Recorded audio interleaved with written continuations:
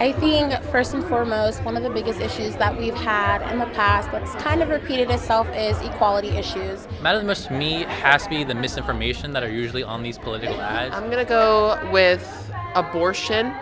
That's a big issue that's on the ballot currently. We also have the economy as well, specifically when it comes to fears of like inflation. For the record, speaking with local college students about the issues that matter most to them during this election. And this morning, I'm speaking with Alex Weaver, president of Bridge Pittsburgh at Pitt, a group that's focusing on making sure students continue to talk about these issues. I also speak with another member of that group. Take a look. Back home, politics is kind of very one-sided in my community. We're all pretty much Democrat. So I've never really had a challenger before in my political ideology. Rachel Proneski is a poli-sci major at Pitt. She's also a member of Bridge Pittsburgh, a chapter of a larger group called Bridge USA. The group aims to help young people talk about politics in a peaceful and respectful way. I realized really quickly, wow, a lot of people don't exactly think politically what I think, or I assume incorrectly what the other side thinks.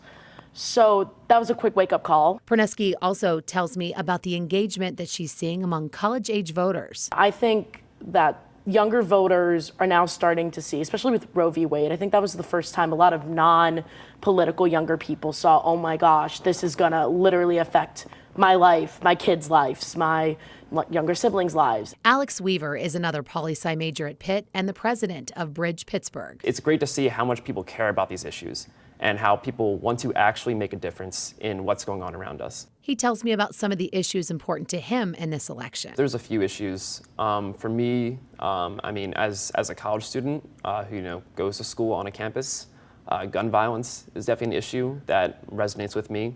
We have a particularly high rate of mass shootings in our country on schools and like high schools and college campuses and schools of all grades really.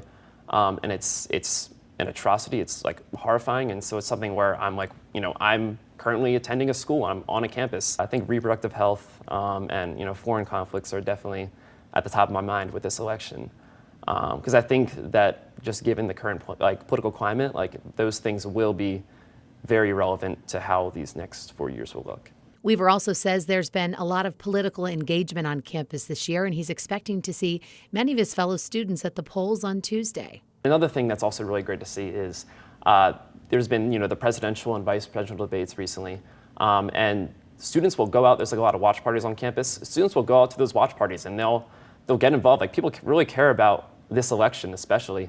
I think obviously now we're all of voting age. It's like it's an election. This might be our first election. It's my first election I can actually vote in. So I think a lot of students are like, oh, this is my chance to do for my first time really make real political change through my vote. And so this is an election that a lot of students around me I can tell really care about. So I fully expect a significant voter turnout from students this year. Keep it here, a sneak peek on what's coming up in the weeks ahead on For the Record, just moments away.